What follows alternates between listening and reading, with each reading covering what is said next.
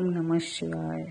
नमस्कार दोस्तों, अविश्वसनीय एवं सटीक भविष्यवाणी की श्रृंखला में मैं पूनम पांडे आप सभी दोस्तों का स्वागत करते हूँ।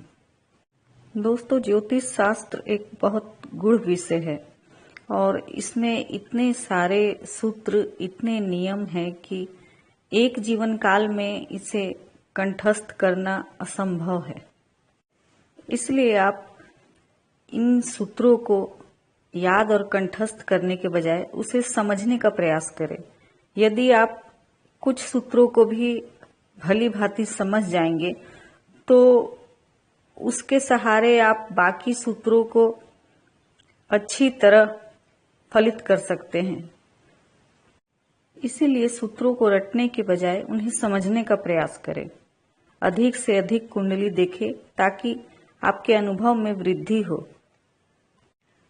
आप लोगों को बहुत आसान तरीके से कुंडली फलित करना और सिखाना ही मेरा काम है और यही मेरा उद्देश्य भी है। तो चलिए इसी के साथ ही आज की चर्चा शुरू करते हैं। आज की चर्चा है अष्टम भाव को लेकर। अष्टम भाव में जब चंद्रमा हो तो उसका क्या फल होता है। दोस्तों, अष्टम भाव हमारी आयु का भाव होता है और चंद्रमा को बाल्यावस्था का ग्रह माना गया है। तो यदि अष्टम भाव में चंद्रमा हो तो बाल्यावस्था में अरिष्ट का योग होता है, दुर्घटना का योग होता है। इस योग का नाम बालारिष्ट योग भी है। बालारिष्ट अर्थात बाल्य अवस्था में अरिष्ट। तो चलिए समझते हैं कि ये अरिष्ट किस प्रकार का होता है।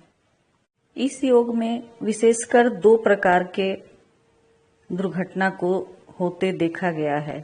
पहला, नदी, तालाब, कुएं, पानी आदि में डूबने की दुर्घटना, और दूसरा है ऊंचाई से गिरने का भय।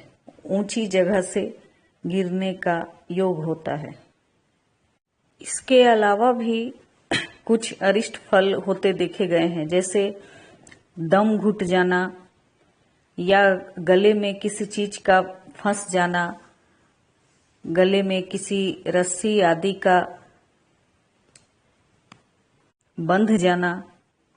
सीधे तौर पर कहें तो फांसी लगने या लगाने की घटना भी अष्टम भाव के चंद्रमा से ही संबंधित है। कुंडली का यह एक बहुत बड़ा दुर्योग है। यदि किसी की कुंडली में अष्टम भाव में चंद्रमा हो तो चंद्रमा की शांति बहुत आवश्यक है।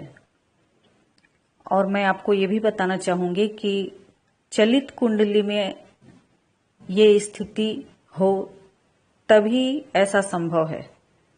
केवल लग्न कुंडली में अष्टम भाव में चंद्रमा हो और चलित कुंडली में अष्टम भाव में न हो तब ये घटना फलित नहीं होगी। इसके साथ ही यदि कुंडली में लग्नेश की स्थिति मजबूत हो, चंद्रमा पे शुभ ग्रहों का प्रभाव हो, शुभ दृष्टि हो, जैसे गुरु की दृष्टि हो या गुरु की युति हो, तो फिर मृत्यु का भय नहीं रहता। लेकिन हाँ, उस घटना से इनकार नहीं किया जा सकता। तो जिनकी कुंडली में या जिन बच्चों की कुंडली में ऐसा योग हो तो उनके लिए चंद्रमा की शांति और महामृत्युंजय जाप अत्यंत आवश्यक है।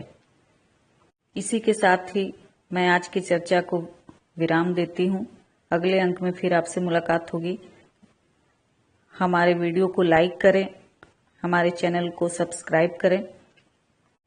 यदि आपको व्यक्तिगत रूप से मुझसे कुंडली विश्लेषण करवानी हो तो स्क्रीन पे मेरा व्हाट्सएप नंबर दिया जा रहा है, आप उस पे संपर्क कर सकते हैं। तब तक के लिए जय महाकाल। नमस्कार।